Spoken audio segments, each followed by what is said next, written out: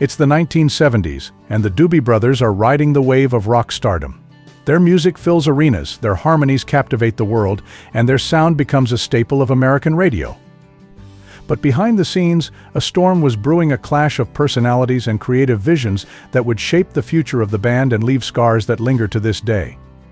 Today, Tom Johnston breaks his silence, shedding light on the complex, often difficult, relationship he had with Michael McDonald. In 1975, the Doobie Brothers were at a crossroads. Johnston, the band's frontman and primary songwriter, had to step back due to health issues. Enter Michael McDonald, a gifted keyboardist and vocalist with a knack for soulful melodies. While his arrival revitalized the band's sound, it also marked a dramatic shift in direction. McDonald brought a jazz-influenced, R&B-infused style that contrasted sharply with the rock and roll foundation Johnston had built. For Johnston, the transformation felt like losing a part of his identity.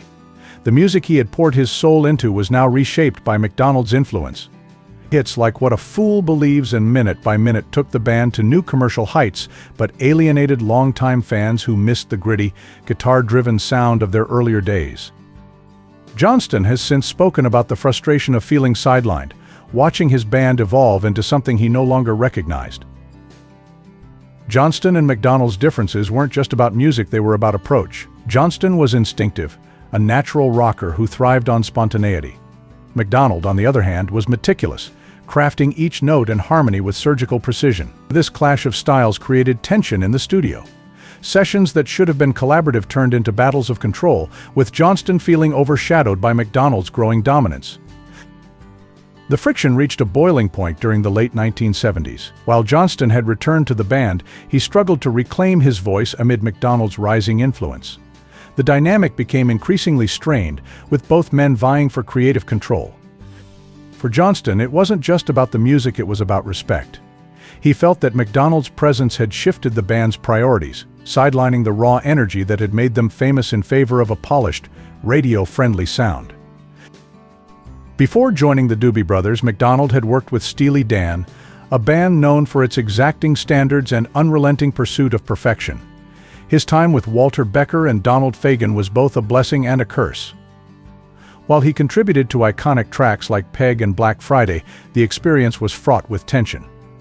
Becker and Fagen, notorious for their perfectionism, often clashed with McDonald's creative instincts. The relationship, though professionally fruitful, left McDonald with a reputation for being difficult to work with, a reputation that would follow him into the Doobie Brothers. McDonald's collaborations with Kenny Loggins and Christopher Cross were wildly successful, producing timeless hits like This Is It and Ride Like the Wind. But behind the scenes, the partnerships weren't always smooth.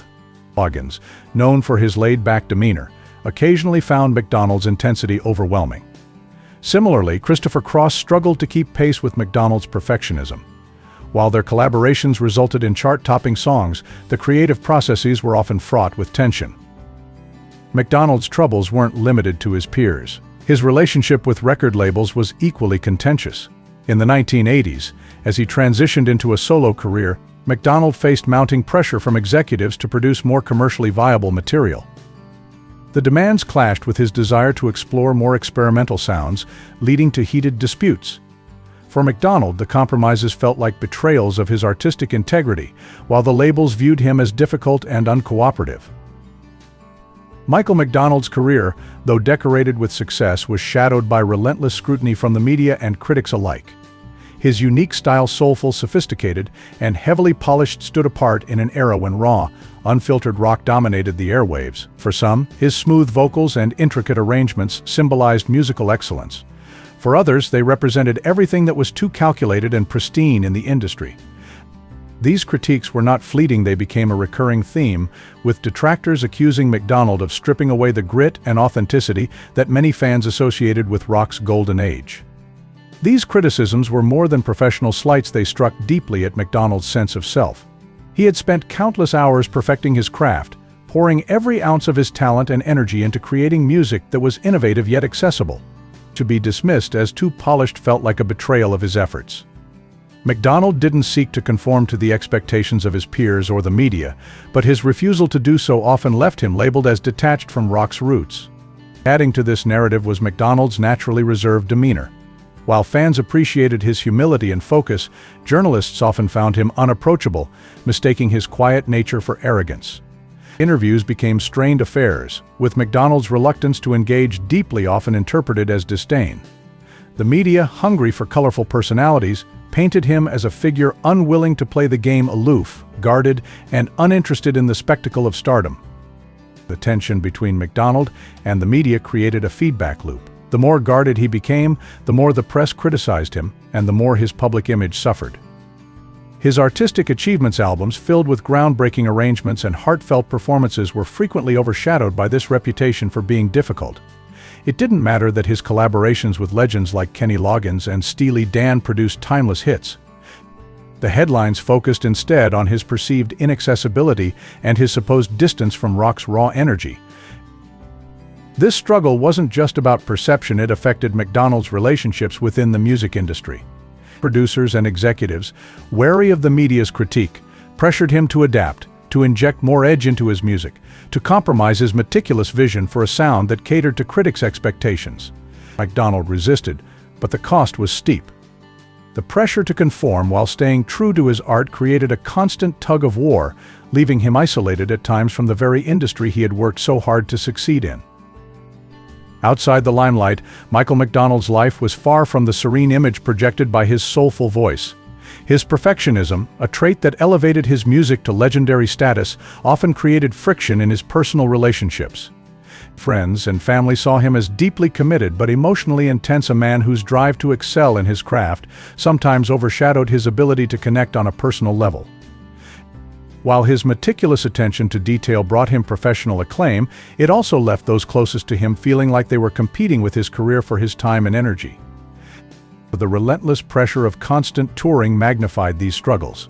Life on the road, though exhilarating at first, soon became a relentless grind. Night after night of performances, coupled with long stretches away from home, left McDonald emotionally drained.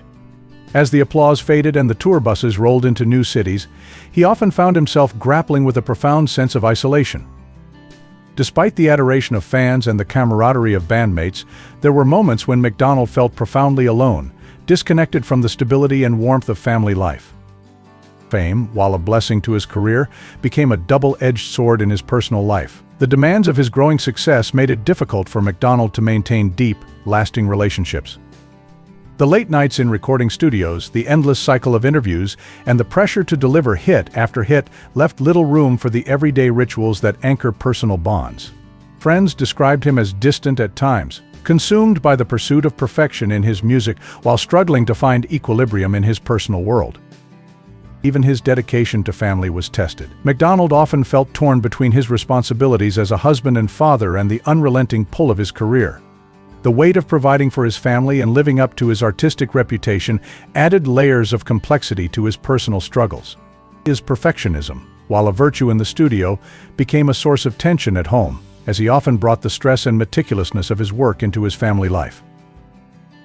As McDonald navigated the peaks and valleys of fame, his inner turmoil was a constant companion. While his songs carried themes of love and unity, the man behind the music was often wrestling with the very connections he sang about. The contrast between his professional persona and his personal struggles paints a vivid picture of an artist driven by passion, but sometimes consumed by the cost of that pursuit. For McDonald, the applause on stage was often met with silence at home, a stark reminder of the sacrifices demanded by a life dedicated to his art. Today, as Johnston reflects on his time with McDonald, his feelings are mixed. While he acknowledges McDonald's contributions to the Doobie Brothers' legacy, he can't ignore the challenges that came with them. Their relationship, marked by both collaboration and conflict, shaped the band's history in profound ways. McDonald's legacy is equally complicated. While he remains a celebrated figure in music, his journey is a testament to the cost of perfection. His conflicts with bandmates, collaborators, and the industry reveal a man who was both brilliant and difficult, a visionary whose ambition often came at a price. The story of Michael McDonald is one of contrasts, a tale of triumphs and trials, harmony and discord.